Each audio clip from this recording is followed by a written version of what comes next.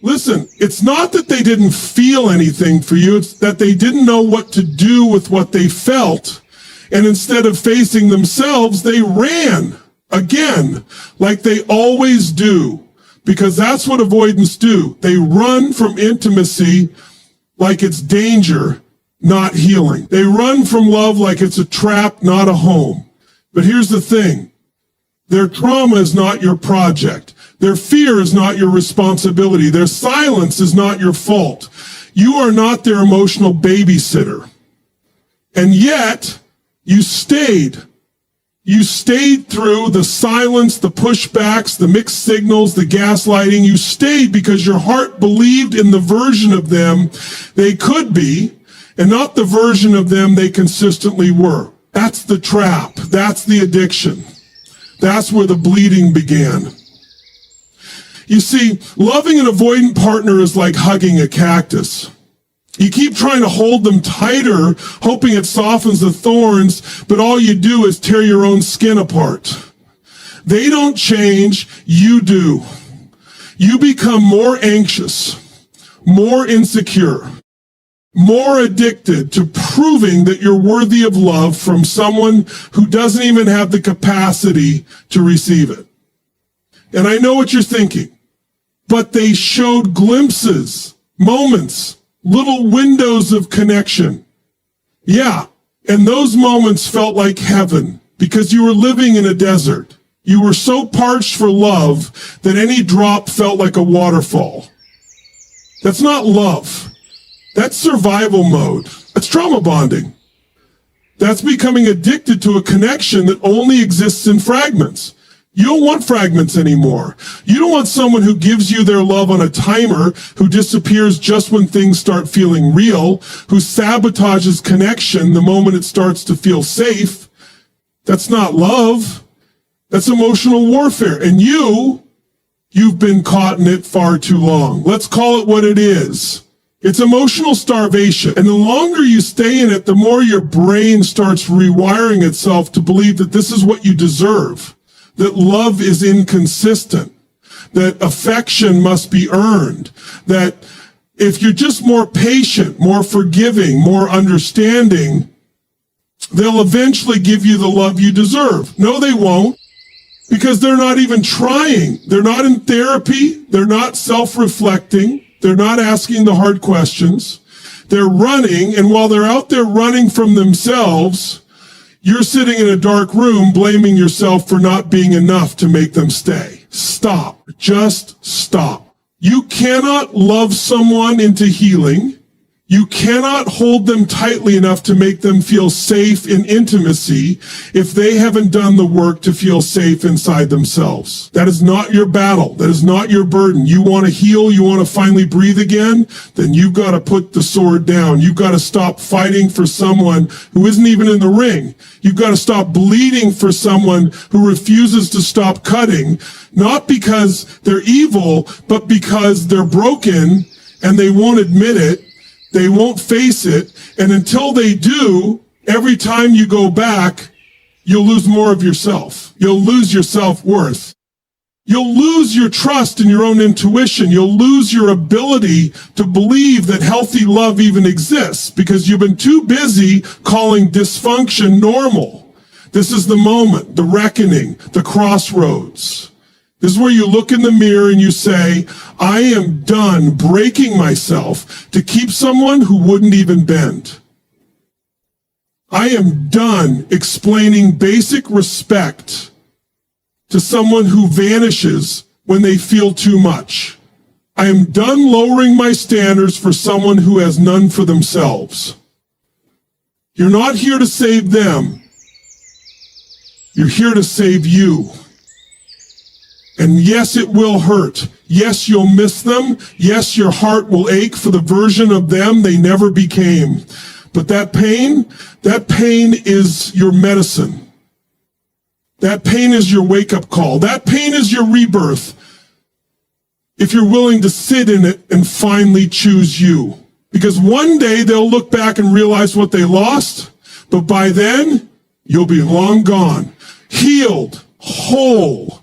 no longer bleeding, because you finally became the one who stopped reaching for a ghost. They couldn't love you the way you needed, but now you will. Let me tell you something that might just shake the foundation of what you've been believing your whole damn life. Closure is a lie. It's not a conversation. It's not a final text. It's not an I'm sorry you'll get at 2 a.m. after months of silence. Closure is not something they hand to you. It's something you rise up and rip from the wreckage with your own bare hands. You've been sitting there waiting, haven't you? Checking your phone like it's a slot machine, hoping that just one more spin, one more day, one more week, they'll suddenly text you with this big grand revelation. I get it now. I'm sorry. You were always right. You meant everything to me. You imagine it like a movie scene, the slow fade in, the emotional music, them finally realizing your worth. But here's the truth that rips through the fantasy like a lightning bolt through the sky. Most avoidants don't come back with closure. They come back with confusion. They come back with nostalgia. They come back with vague messages like, I miss you or thinking of you. Not because they want you back, but because they want access. You don't need access. You need peace. But you've tied your peace to their words, their acknowledgement, their apology. You've placed your healing in the hands of someone who couldn't even hold your heart. And now you're wondering why it's still shattered. You are the closure. You are the ending. You are the fire that decides when it's over. Because let's be real, if they were capable of giving you that kind of clarity, you wouldn't need closure in the first place. People who cause chaos don't suddenly deliver peace. People who run from emotions don't suddenly become poets. And people who breadcrumb you with silence don't suddenly write you a love letter. And even if they gave you some type of closure, it wouldn't heal what you think it will. Because what you're really craving isn't their words, it's validation. It's the desire to feel like you mattered, that it wasn't all in your head, that the love you gave wasn't wasted, that you weren't stupid for believing in something that fell apart. But I'll tell you the truth right now, with zero sugarcoating, your love was never wasted. Your belief in them wasn't stupidity, it was hope. And hope isn't weakness, it's power. It's proof of your capacity to feel deeply in a world full of people numbing themselves out. They couldn't meet you there not because you were too much, but because they were emotionally unequipped. Don't confuse your emotional depth with a mistake. Don't let their avoidance define your value. Closure isn't a door they close. It's a door you decide never to walk through again. You keep thinking if they just explained why they did what they did, you could finally move on. But what if I told you, even if they did explain, it still wouldn't fix the hole? Because no amount of reasoning can repair betrayal. No explanation heals abandonment. They could give you a TED talk on why they couldn't love you, and you'd still walk away feeling empty.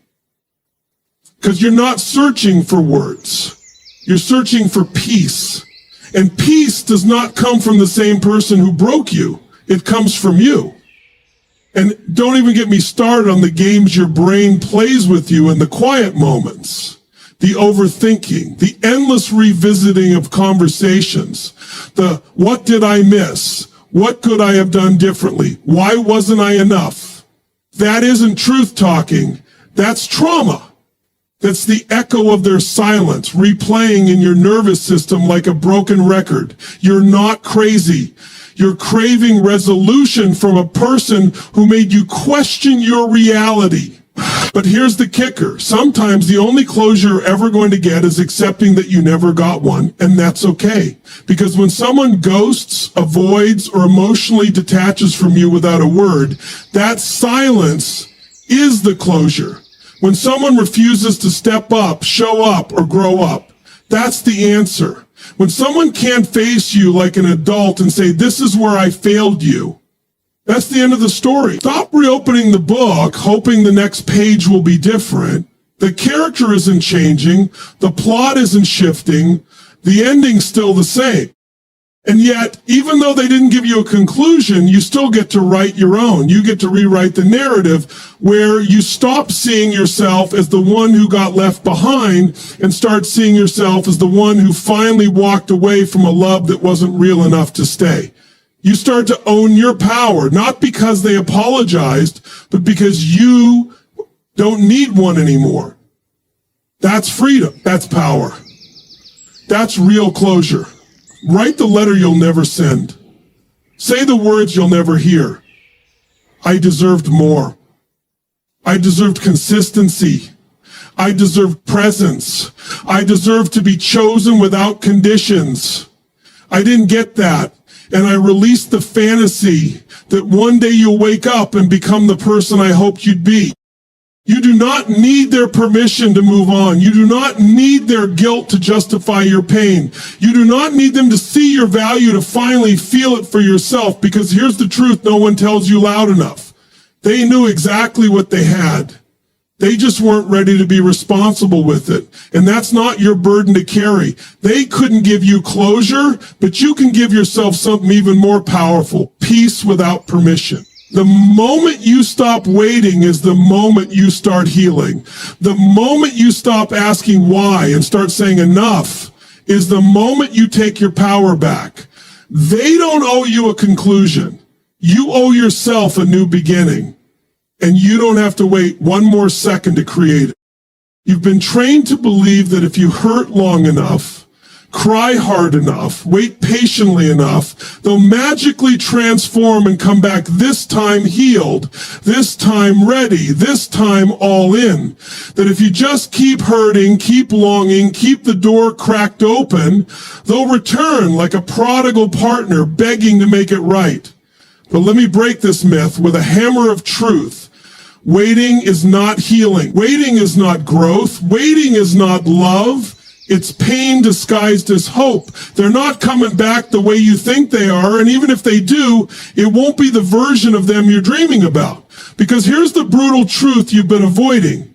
You're in love with the potential of who they could have been, not the reality of who they were. And that gap between potential and reality, that's the hell you've been stuck in. You're replaying highlight reels in your mind, the sweet moments, the stolen kisses, the laughter, the late night conversations when they cracked just enough to make you feel like maybe, just maybe they were changing. But you're forgetting the rest, the shutdowns, the emotional coldness, the avoidance cycles, the way they pulled away when you got too close, the way you felt like you were chasing a ghost. That wasn't love, that was survival. You became a master of decoding silence. You became fluent in reading micro-expressions.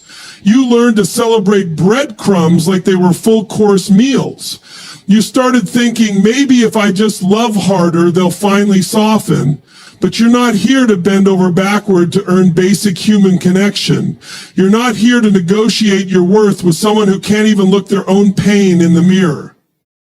And yet, you've waited because they gave you just enough to keep you stuck. They dangled the idea of something real in front of you, like a carrot on a string, just far enough to keep you chasing, never close enough to feel full. You've called that loyalty. You've called that unconditional love, but it's not. It's self-abandonment. It's self-neglect. And the moment you realize that waiting for someone to be who they're not is the most dangerous form of that's when the healing begins. They didn't change the last time, did they? They pulled away, came back, gave you hope, and left again.